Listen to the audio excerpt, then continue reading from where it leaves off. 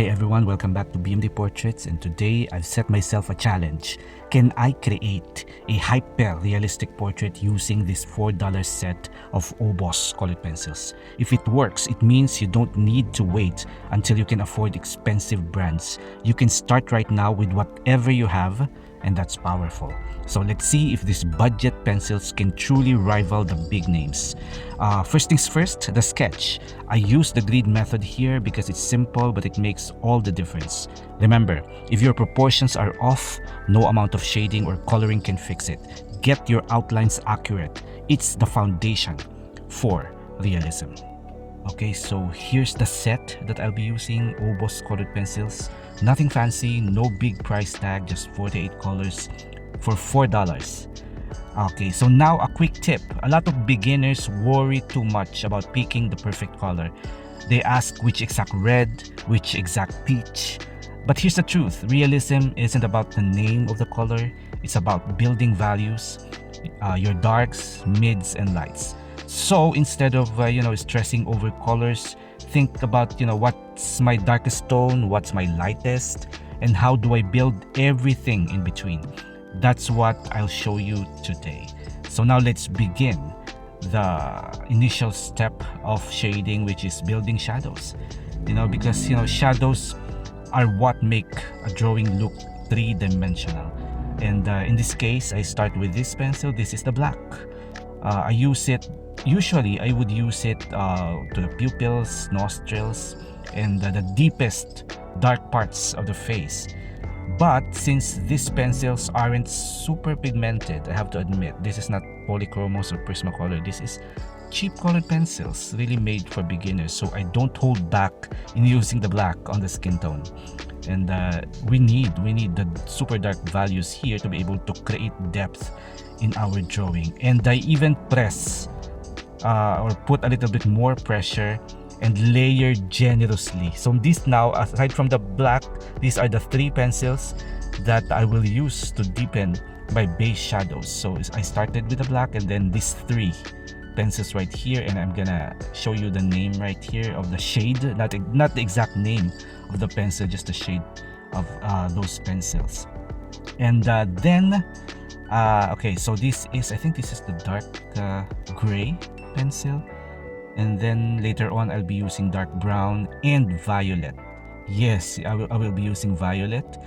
It's one of the most underrated colors for shadows. They really make the shadows more natural and look beautiful. So yeah, don't hesitate to use unlikely colors like violet for your dark shadows, and especially in skin, because it gives a lot of depth that black alone can't give. So that's what you need to do. I'm still using here my darkest gray that I just got from the set, and I'm being very generous with it. But I'm using light to a little bit heavier pressure, but not too heavy to the point that you will flatten out the tooth of the paper.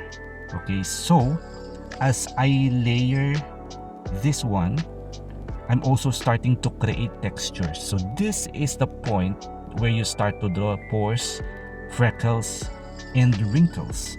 So I'm using the dark brown right here to do that, because I don't want to draw freckles rather with black or with dark gray. I want the freckles and the pores to look more natural. So instead of using those, now I'm using the brown.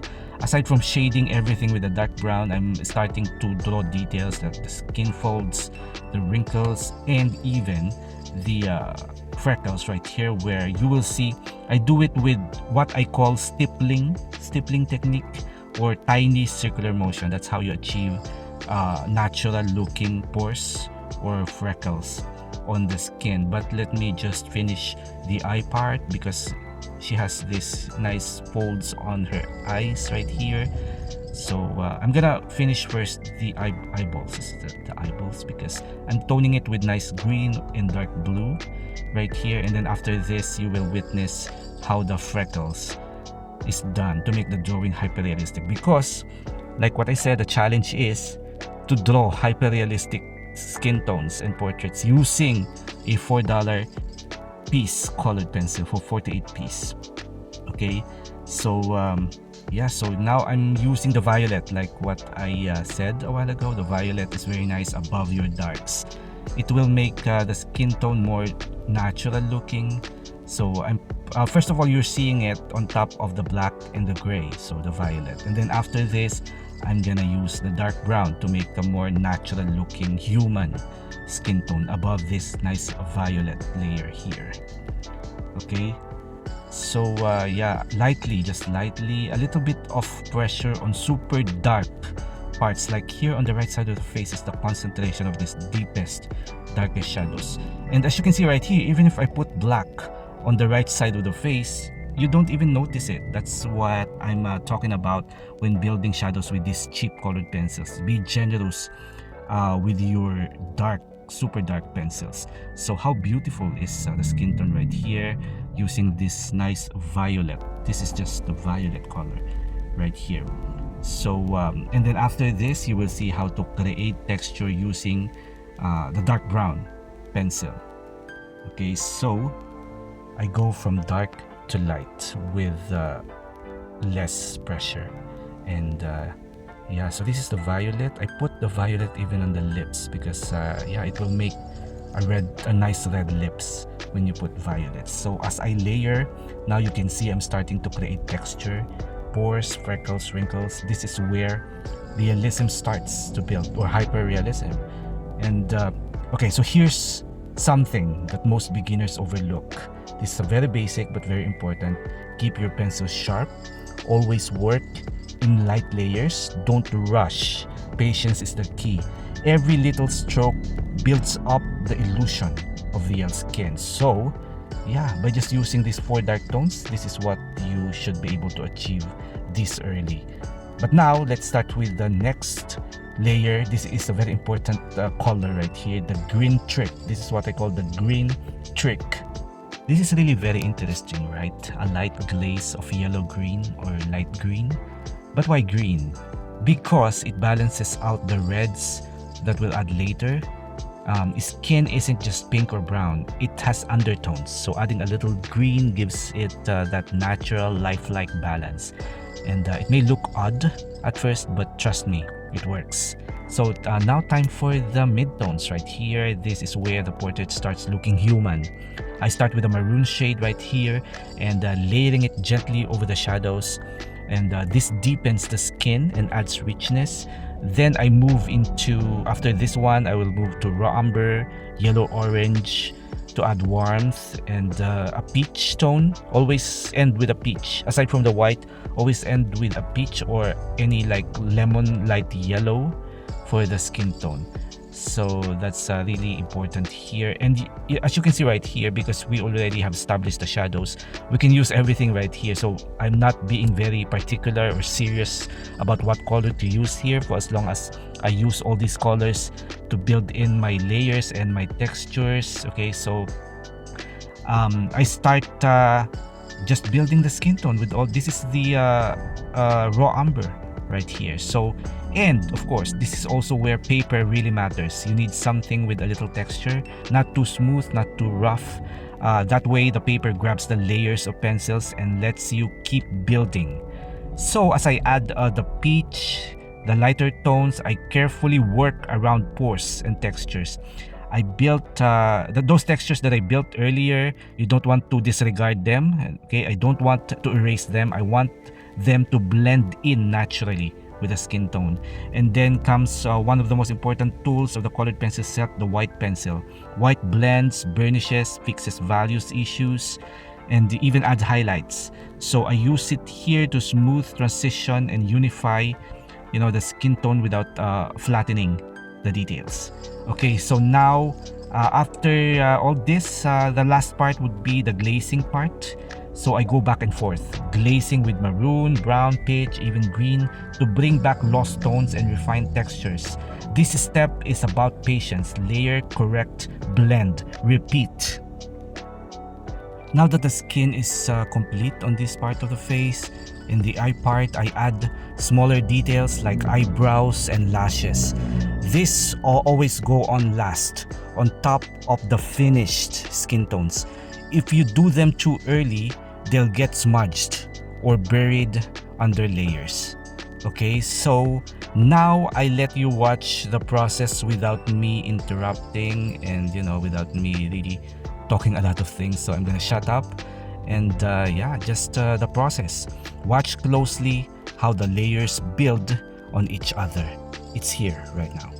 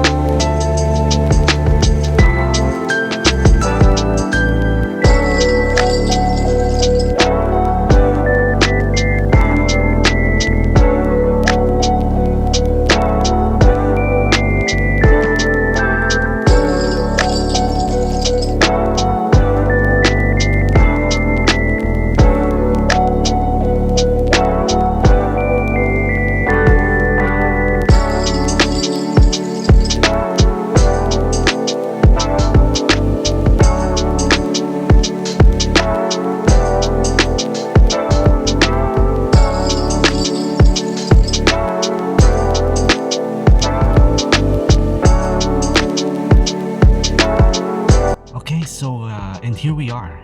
Okay, a hyper-realistic portrait created with just a $4 set of colored pencils. This proves that realism is about technique, not price. Expensive tools won't make you better overnight, but patience, layering, and focus, those will. Okay, so if you've been waiting to buy expensive pencils before starting, stop waiting. Pick up whatever you have right now and start creating. Okay, so yeah, that's it. Thank you so much for watching. If this tutorial inspired you, please give it a like, share it with friends who's struggling with their art, and subscribe for more tutorials and challenges. Okay, so and remember, your art is always more powerful than your tools. Thank you so much for watching. This is BMD Portraits. Bye bye everyone. Thank you.